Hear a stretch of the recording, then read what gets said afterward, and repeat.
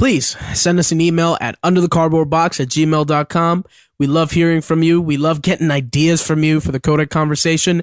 This week, we got one, and I think it's pretty good. It's from one of our fans, and he literally just labeled it Cos Miller.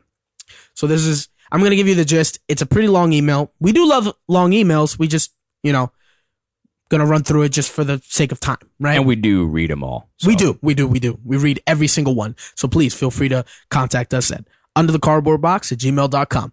And this one is from Rob. All right. And he says, hey guys, first of all, great show. We love hearing that. Awesome. Thank you for thinking that way. Discovered your podcast somehow. Twitter, maybe? He goes on to say that he's a huge fan and he's played Metal Gear Solid 1 from the PlayStation as a kid in high school. Good memories, man. And so he's followed the series ever since, tells us he's a big fan of all of them, particularly 5, 3, and 4, and he's currently replaying 4 right now. So he goes on to say, anyway, for your Kodak conversation segment, I was wondering if you could talk about my favorite character, Kazuhira Miller.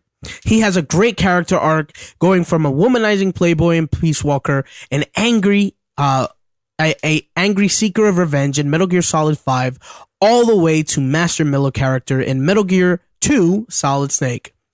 Why do you suppose that he's so angry at Big Boss after learning Venom Snake was a phantom? So mad that he wanted him to die at the hand of one of his sons? I suppose the easiest answer is that his friend lied to him, but such an extreme reaction? Now, he gives us his personal take, which we will discuss during it, but I guess we'll stop it there and then we'll just get right into it, because it is an interesting concept that Kazuhira Miller, after working so long with Big Boss and after Big Boss essentially saved his life, that he would go to the point of, I now want him dead, and I will go as far as training your sons to kill you. So when we were talking here between us, it feels like that Kaz is just, he looks at him, like you said earlier, when we were speaking, looks at him as Big Boss, as a friend, a mentor, a father figure, all of these things, right? He has him in this high arc where he's going with him in missions. They lived and died together, obviously, just like he did, or just like Snake did with the boss. And he's about 20 years younger than him, so he looks at him as someone who can mentor him and he trusts completely. Not only is he super smart in business, he's very business savvy. He thinks of a lot of different ways to make money and to think of the next steps, building up, kind of like Soundproof Studios and you, man, for sure. So it's like it kind of has a lingering thought of, after he found out about Snake and the Phantom and all this, like, man, how would you feel? I feel like, in my theory, that the reasons why he was feeling so angry is because, the deep relationship he had with Naked Snake, he took him through all these things that led up to Phantom Pain, like Peace Walker, meeting each other at a certain point, and just having that friendship to not only first be an enemy, right, but then also being from an enemy to a friend, to a business partner, to his 100% 50-50 partner, I'm guessing, by the time Peace Walker came out, Phantom Pain, so it's kind of like a tumbling turn of events when, he's kind of like, I feel betrayed, I feel angry, and then to top it all off, Ocelot knew, I think you put it great, where it kind of felt like sibling rivalry. They're kind of like Big Boss's siblings, in a sense, because they're younger, right? But they also have kind of like a feud. You can tell a lot when, especially when Quiet comes into the play. Ocelot is more tamed. He's more like, we need to see the bigger picture in this, like the voice of reason, right? And you need to settle down. Where Kaz is more of the wrathful, kill everything you see. kind of a Correct. deal. Correct. Yeah, he's more protective of what he's built with Big Boss, what everyone has built. So he feels like Quiet is gonna ruin that, you know. And Asla is more like, we can use her, you know, like let's chill out, everyone, you know, like we can use her for sure. Right. And Big Boss, you know, obviously, you know, when the time comes, he'll what was it? He'll pull the trigger. He'll pull the trigger. So he's kind of like a little bit of both. He has the reason, that's why he obviously kept her, but he also knows that if it comes down to it, he'll kill her. And I think it's a balance of both, right? So especially at the end when he you know, he finds this out and he's angry, I could only imagine how the rest of the history trickled down all the way till his death, which is pretty sad because, you know, after all this time, if you don't, you know, most people met Miller in Twin Snakes, Metal Gear Solid, right? Most people. A lot of people didn't play the ones in Nintendo, so, and MSX versions. So their picture of Miller is just some British guy that, you know, is on the codec and stuff. So he kind of gets an untimely death where you find out he's dead. You know, Solid Snake finds out and he's just like, what, you know, after all this time, and, you know, he got played me like a fiddle, whatever. It's pretty sad, man. It's pretty sad because I would have liked to know what was the conversation between him and Liquid. You know, how that was. And we do know, you know, that like because of Phantom Pain that they've trained in the same space together, you know, so it's like, was it hard for Liquid to kill him like that? You know, like, did he have any remorse or anything like that? I don't know. But he obviously came in very young, you know, at like 13 or something, right? It was 13, 14. 12. He came in 12. He came into the picture and Kaz was there, you know, so it's like they obviously trained together. So, man, and he just cold-bloodedly killed him. Well, you know? I know that they shared quarters. The children were never trained. They had their own quarters. They had their own, you know, they were separate from staff. Well, what I mean is that they saw what was happening, and they I'm pretty sure that they've trained in some aspect of whatever was happening there, because we do know that they stayed, Liquid especially stayed in there, you know, and then Till he robs a philanthropist. Exactly. Right. So something must have happened, you know. I mean, we see the soldiers kind of wrestling upstairs, you know, like they're throwing each other, they're practicing and stuff. You're saying he might be observing. He might be observing, yeah, exactly. Because I know that Kaz didn't like kids. He didn't like them, especially those with guns. Right. Right? That's what he said. Yeah. So I don't think he had anything to do with like he didn't converse with Liquid or anything like that. He was just whatever. Liquid. Yeah, exactly. So as far as Kaz goes, you know, it's just we got to look at this. Well, let's look at Kaz's history. You know, born in Japan, to a Japanese mother and an American soldier, right? Father, right? And so growing up, he never knew his dad.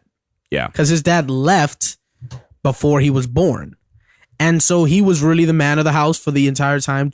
Taking care of his mom, taking care of, trying to make money and stuff like that. So he found out he had an American dad, and, you know, he reached out to him. But by the time he reached out to him, he was just, you know, he didn't really spend too much time with him. I guess he just went through school with him. But eventually he went back. His mother dies. He goes back to America. He finds out his dad dies. You know, it's a pretty tragic childhood. Yeah. You know, one of upbringing, whatnot, and he joins the Japanese forces, I believe, and trains them for a while, right? Trains for a while. Sorry.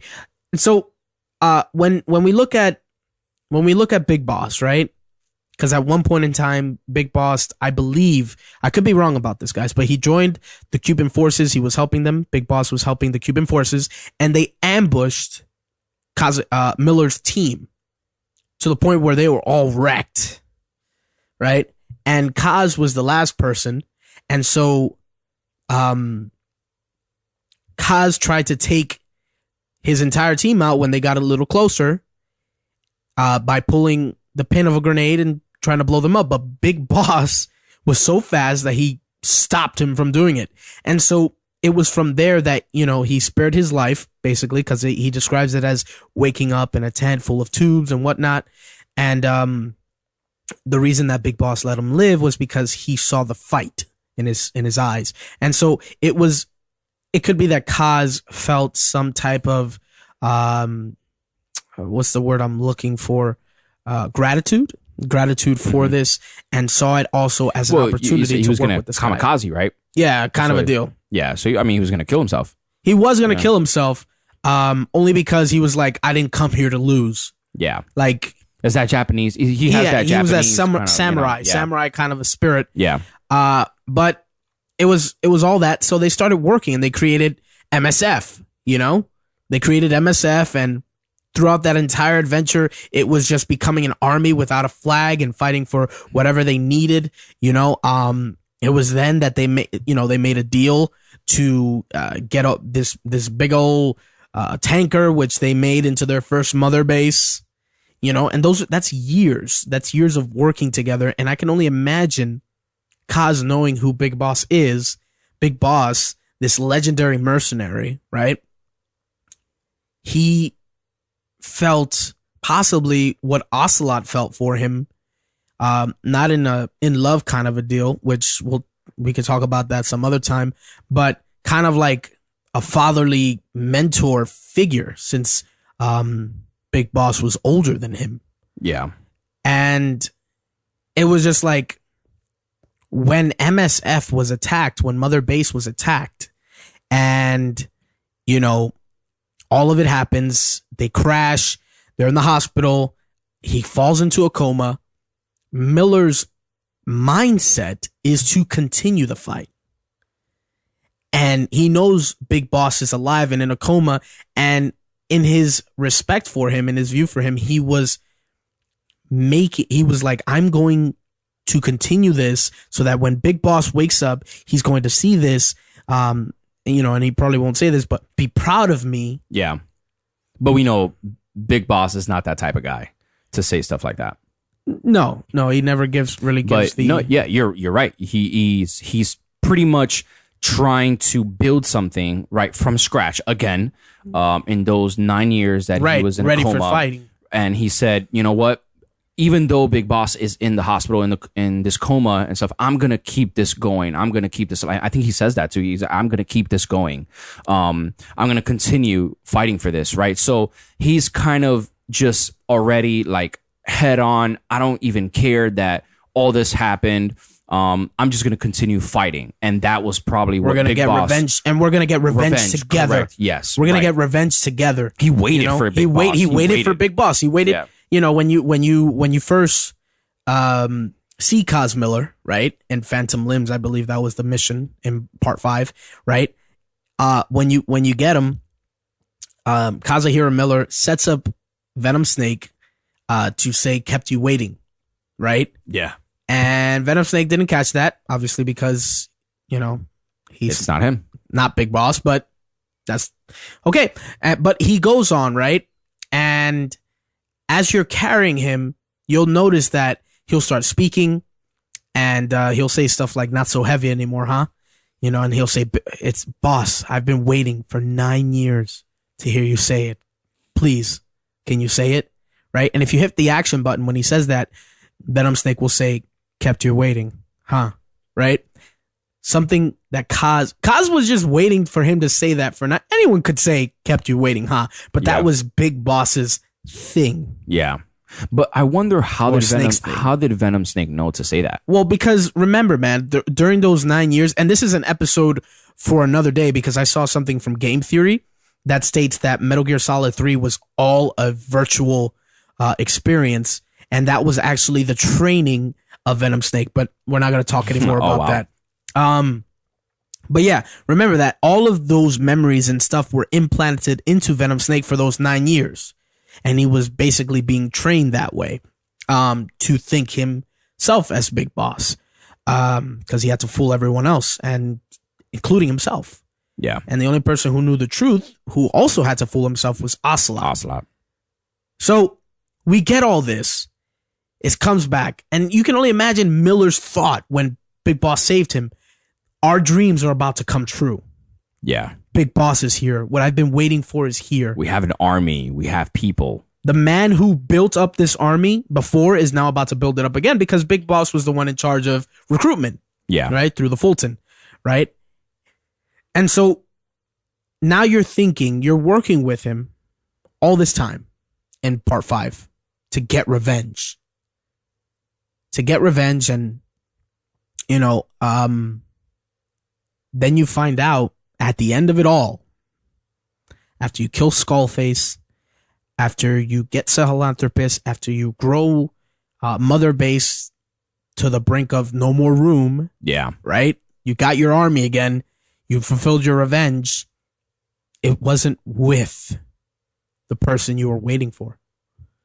As a matter of fact, the person you were waiting for didn't even tell you he was alive. I mean, well, that he left, rather, because you knew he was alive. He left. Not a postcard, not a message, nothing. He didn't trust you. Right. You basically feel like he didn't trust you the way you've trusted him. And you've put all your faith in this guy. Yeah. And it's all a lie. And he also has his gripes towards Ocelot. Right. Yet he was entrusted. Yet Ocelot knew the truth. Right. And so you're telling me that I was just a pawn? Like I wasn't your partner 50-50. I was a pawn. Yeah. I'm not saying that this was true in terms of Big Boss. I kind of understand why he had to do what he had to do. But I'm saying this could be what could be going through Kaz's mind. Yeah, I think that he probably felt betrayed. He felt so many emotions. And I mean, think about it. You know, you live and die with this guy and your parents are dead. You know, you probably have no friends. You know, at this point, you've moved so much in your life. You know, your only friends are soldiers without a flag. If any. Because remember, he's so clouded with revenge. Right, yeah. To the point where when they kill Skullface, he says, we're still going to keep going. This isn't enough. This isn't enough. Right? Yeah. It'll never replace our phantom pain. Absolutely. And if we look at it, Big Boss was Kaz's final limb that he lost. Yeah. Think about it. Yeah. Big Boss was a part of Kaz's life, and he lost that too. Episode 49, Kazuhiro Miller's final limb. Pretty much, right? You let us know what the title is. You won't, because the episode will be... Yeah. Nobody's... But yeah, man, I guess in the end, Kaz was still played like a damn fiddle. It doesn't even matter. So, okay, do we end it there? That's ended there. I think that was good. Yeah. I think knowing the plot point of that, between that, I mean, I also wonder what Big Boss was doing during this whole time. Building Outer Heaven.